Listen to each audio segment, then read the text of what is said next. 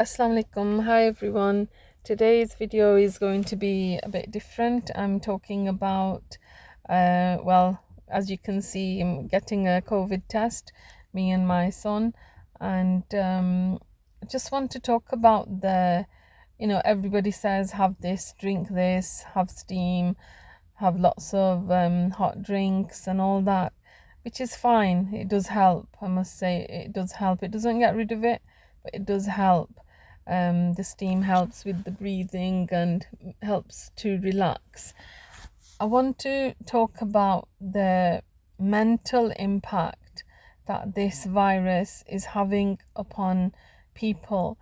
Now, my result it came positive, but I feel that the symptoms I'm having are very mild compared to what some other of my friends and family who've gone through this have had. They've had it quite severe, and mentally, it's like really changed them. They're not the same person as before. I feel it really gets inside of us, the negative side of it anyway. And it's all what we've been seeing in the previous months on the media, how people were in hospital struggling struggling a lot to breathe, and then they were put on the front, on the back, on the front, and that is like worst case scenario. May nobody go through that. I wish it upon nobody.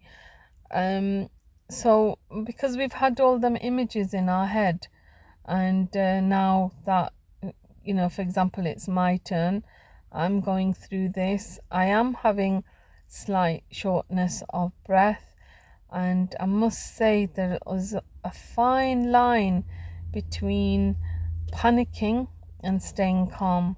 It's very, very easy to start panicking and then resulting in my breathing becoming more, how shall I say it, more panicked, more short of breath. It's very, very easy. Now, if I'm in one place, I'm fine. And if I go up the stairs or try and carry a basket of clothes up the stairs, then I get out of breath. In the beginning, I panicked, and it's all in my head, I know, but it's something that you can't control. I panicked, and because of that, my breathing was getting faster. I can't take a deep breath. If I take a deep breath, I sort of cough a lot more than. It's hard for me to take deep breaths at the moment with this. So I take shallow breaths, smaller breaths, but when I get out of breath, for example, when I've got to the top of the stairs and I realise I shouldn't have walked as fast up the stairs or carried a basket, then I've learnt to stand in one place and get my breath back slowly, instead of taking deep breaths, fast deep breaths, which are not helping at all, to take small, slow breaths, very slowly. It's very hard to teach yourself this, but I've managed to do it. It might not be hard for everyone, but for me it was quite hard in the beginning. I had to tell myself it's fine, I'm just out of breath, I need to calm down, I need myself to calm down. And that is how I've kind of taught myself. In the beginning, I must say, there is from the point of being out of breath and panic setting in, it's just a split second. So you have to teach yourself. Well, I had to teach myself. I had to tell my brain that I'm going to breathe slowly and it's going to be fine, slowly, and not to move about too much. Also, the symptoms that I'm having are slightly different to what I've heard of my friends having. I'm not having temperature. I think I only felt very, very cold for about 3 nights. I don't think I had a temperature. And then after that, my sore throat started and couldn't taste much, uh, and I could not smell anything. Now my taste has come back. My smell has come back a little bit. There's some things I can smell slightly, the stronger smells I can slightly smell. And for example, like garlic and onion, I can smell that. I can smell a bit of Dettol, a faint smell of it. I can't smell everything. So that's not bothering me. What was bothering me was the shortness of breath, and the cough is annoying.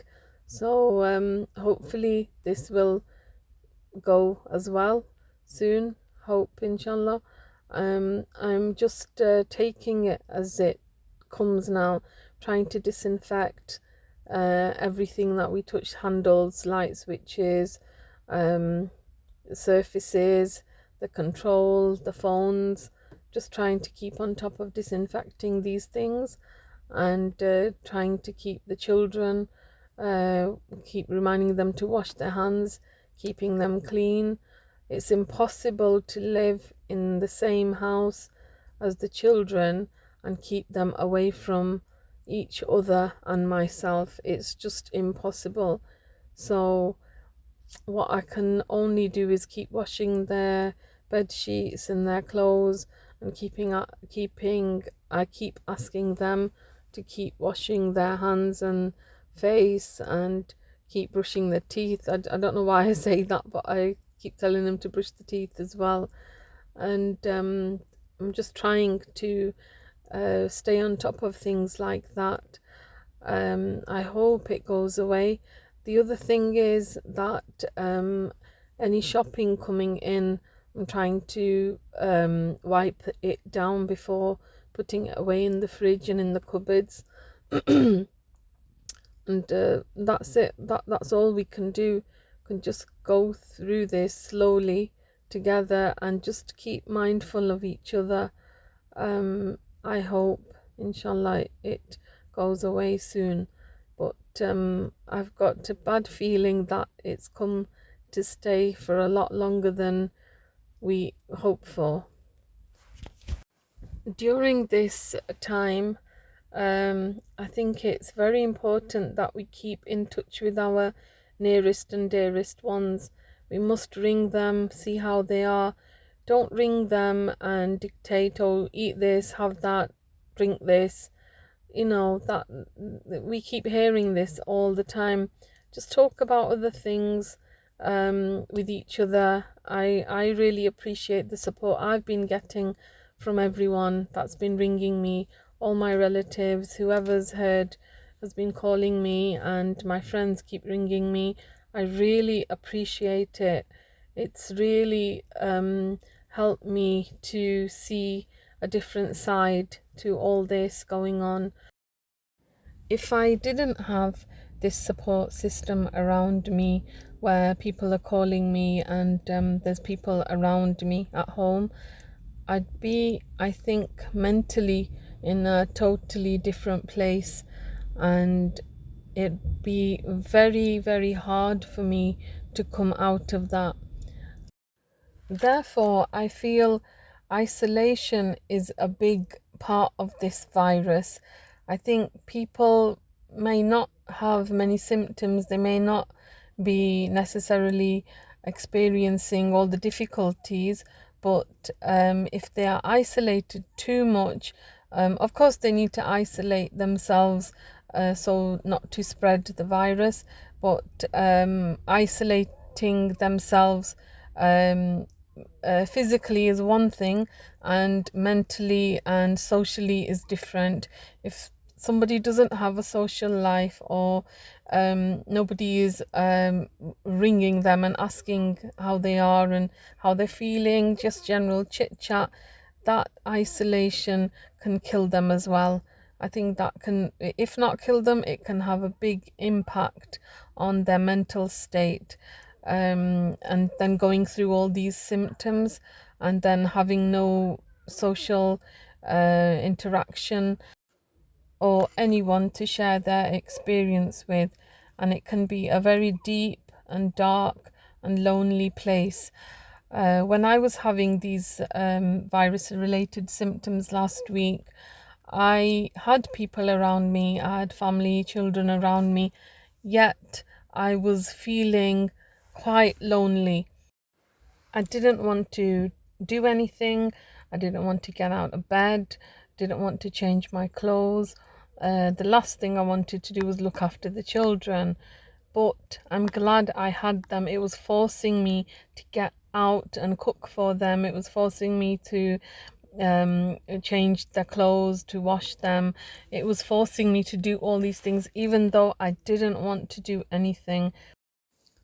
Just to finish off, I'd like to say that we need to look out for vulnerable people in our society who might be having COVID symptoms, who might be feeling like it's the end of the world, and we should help them as much as we can in a positive way mentally.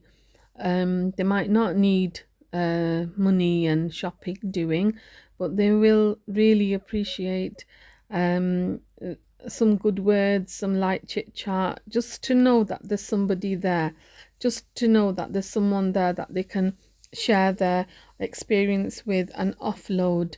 I think that's really important. We need to make ourselves out there known in the community that we are there to help one another and we're not going to go through this alone. Definitely it is something in the atmosphere that's causing all this, and we will stick together to go through it. And a big thank you from me to all my family and friends who have pulled me out of this. Definitely I couldn't have done it without everyone being so supportive. Thank you again.